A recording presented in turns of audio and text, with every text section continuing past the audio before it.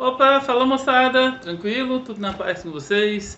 Então, hoje eu tô aqui para gravar, né, mais um vídeo de dicas, né? Vai ser um vídeo um pouco diferente, que hoje eu não vou gravar assim os slides. Eu vou gravar apenas a explicação para vocês, tá bom? E hoje nós vamos falar sobre o estado de bem-estar social, como que ele surgiu, quais foram as características desse estado de bem-estar social, o que motivou a criação dele, tá bom? E eu vou estar aqui seguindo o nosso material, né? Nossos slides que nós fizemos em sala de aula, tá bom? Então assim, pessoal, o que foi o estado de bem-estar social? Ou welfare state? Pois é, o estado de bem-estar social foi uma vertente do sistema capitalista, da ideologia capitalista, onde o Estado deveria prover para a sociedade como um todo direitos básicos de bem-estar social. Que tipos de direitos eram esses, né? Direito à previdência, saúde, educação, segurança, mobilidade urbana, entre outros fatores. No primeiro momento, parecia que esse bem-estar social, ou essas condutas relacionadas ao bem-estar social, eram ideologias socialistas ou comunistas. Mas era bastante complicado, porque o socialismo estava crescendo muito na Europa durante a Guerra Fria.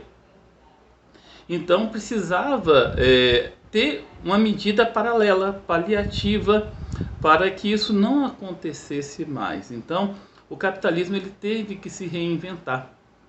Então muitos países, né, passaram a investir muito numa estrutura social para melhorar a qualidade de vida do cidadão e impedir o avanço do comunismo. Isso durou até mais ou menos a década de 1970, quando o modelo socialista começou a ruir no mundo e começou a surgir uma nova ideologia que foi o neoliberalismo, ok? Então vamos lá, vamos mais um passo a passo, tá bom? Então pessoal, o estado de bem-estar social. Dentro de um contexto histórico, como nós já vimos na aula passada, o modelo vigente que estava na época era o modelo liberal. Então, se a gente for analisar as revoluções que ocorreram entre os séculos XVIII e XIX, né, houve o quê? Toda uma inspiração política, uma formação do Estado voltado para o liberalismo político. Esse liberalismo era menos Estado e mais mercado. A grande questão, pessoal, é que o Estado, né, demais, em demasia, né, fazia mal para o setor econômico. A gente viu que o Estado, ele de certa forma causava muito entrave para a sociedade. Então surgiu a ideia de menos Estado, a lei da oferta e da procura. Aliás, dois tipos de liberalismo. O liberalismo do Locke, né, ou seja, o Estado como garantidor da igualdade, da liberdade e da propriedade, e a ideia liberalista do Adam Smith, que é o que? A lei da oferta e da procura, do Estado mínimo e do mercado máximo, a autorregulação da economia pelo mercado. Durante o século XIX, nós tivemos também a Conferência de Berlim, que foi a partilha da África e da Ásia, ou seja, começa a surgir novamente a ideia de uma nova colonização, ou de um neocolonialismo mundial. A ideia principal seria o quê? A busca de novos mercados consumidores e também de matéria-prima.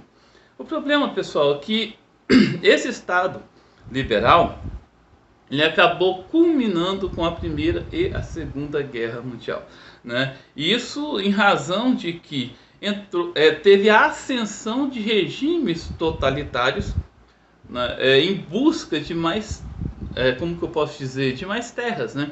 Surge o nazismo, surge o fascismo, mas há também o estado máximo, que surgiu com o stalinismo.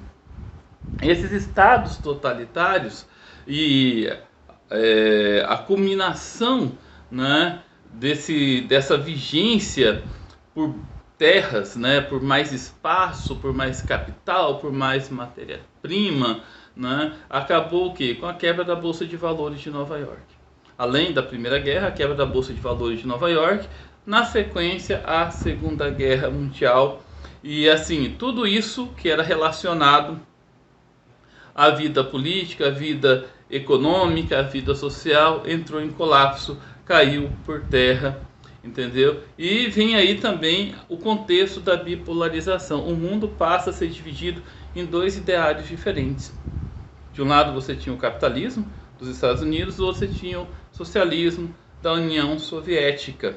E foi dentro desse quadro de muitas tensões que surgem as ideias dos direitos dos cidadãos. É a ideia, pessoal, aí do bem-estar social, né? É a ideia de que o mundo ele precisava se reestruturar de alguma forma, né?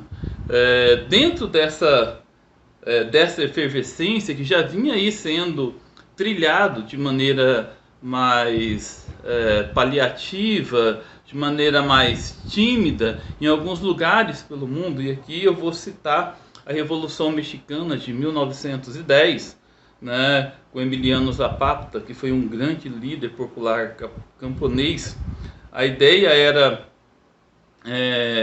uma divisão de terras, era uma reforma agrária, né? Na verdade, ele era assim, ele tinha ideais socialistas, marxistas, mas é interessante que surgiu uma Constituição que tratava do direito social, do direito trabalhista, isso já em 1917, né? A própria República de Weimar, ou seja, o antigo nome que recebia a Alemanha no final da Primeira Guerra até 1933, também elaborou uma legislação trabalhista em sua Constituição, né? A Rússia mesmo, por consequência da União Soviética, também elaborou uma Constituição socialista. Ou seja, vários países pelo mundo já estavam começando a triar os direitos sociais, os direitos trabalhistas, né? Mas aí veio a Segunda Guerra Mundial e com ela a Guerra Fria. Então a Guerra Fria surge dentro desse contexto, né? E dentro da Guerra Fria, pessoal, você tem aí capitalismo e socialismo, e o socialismo com aquela ideia de direito dos cidadãos, com aquela ideia de direito do trabalhador, o capitalismo com a ideia de mercado, com a ideia de economia, entendeu? Poxa, o socialismo começa a crescer muito. Aí é complicado, não é verdade? Mas aí surge a ideia de um cara que consegue mudar tudo isso, né? Thomas Marshall. Thomas Marshall, ele escreveu um livro em que ele dividia as ideias do direito do homem, dividiu em 3 estágios: direitos sociais, direitos políticos e direitos civis. Esses direitos propostos pelo Thomas Marshall, né, foram a base da formação do bem-estar social. Esse Thomas Marshall é diferente do Marshall dos Estados Unidos, que promoveu o Plano Marshall, ok? O Plano Marshall foi uma ajuda financeira que os Estados Unidos concedeu aos países europeus que foram prejudicados pela Segunda Guerra, que estavam destroçados, destruídos. Então, com essa ajuda financeira, esses países puderam se reerguer, se reestruturar, se reconstruir. Então foi diferente, tá bom, pessoal? O Thomas Marshall, ele elaborou essas vertentes dos direitos. Os direitos civis, por exemplo, remete à liberdade individual, como o direito de ir e vir, o direito de imprensa, de liberdade de pensamento, de religião, de direito à propriedade. Os direitos políticos, pessoal, o direito de votar e ser votado, de escolher as pessoas que irão compor o meio político, né? Vereadores, prefeitos, deputados, senadores, governadores, presidentes, e os direitos sociais, né? E aí sim que é a base do bem-estar social, do bem-estar econômico, né? Tem relação aí com as garantias de convivência com os padrões de vida, com transporte, com lazer, com alimentação, com saúde, com educação, com trabalho, com moradia e assim por diante. Essas são as bases dos direitos sociais propostos aí pelo Marshall, que foi a base do welfare state, ou o estado de bem-estar social, que foi inclusive parte de todas essas alegações, desses direitos, né, foi proposto pela ONU na Declaração Universal do Direito do ONU, né, em 1948. Bom, pessoal, mas nem tudo durou para sempre, na verdade. Pois é, durante a década de 1970, e com a efervescência de vários problemas, como a crise do petróleo de 73, a crise do petróleo de 78, a ascensão de alguns países, como os tigres asiáticos, o Japão, entendeu? Surge a ideia de um novo modelo econômico, que foi o neoliberalismo. Isso a gente vai ver na próxima aula. Então, o estado de bem-estar social, ele começa a entrar em declínio a partir desse momento. Ou seja, a partir da década de 1970. A partir de 1980 até começo dos anos 2000, o neoliberalismo começa a vigorar muito forte no mundo todo. Mas é isso aí, gente, beleza? Espero que vocês tenham curtido, tenham gostado, né? Espero que tenham entendido o que é o welfare state. Eu tentei seguir o nosso material aqui, passando paulatinamente, né, cada um dos tópicos, né? Espero que não tenha confundido muito vocês, tá bom? Se ficou alguma dúvida, coloca nos comentários aí embaixo ou manda no nosso grupo de estudos, beleza? Tchau, tchau, fica com Deus e até a próxima. Valeu!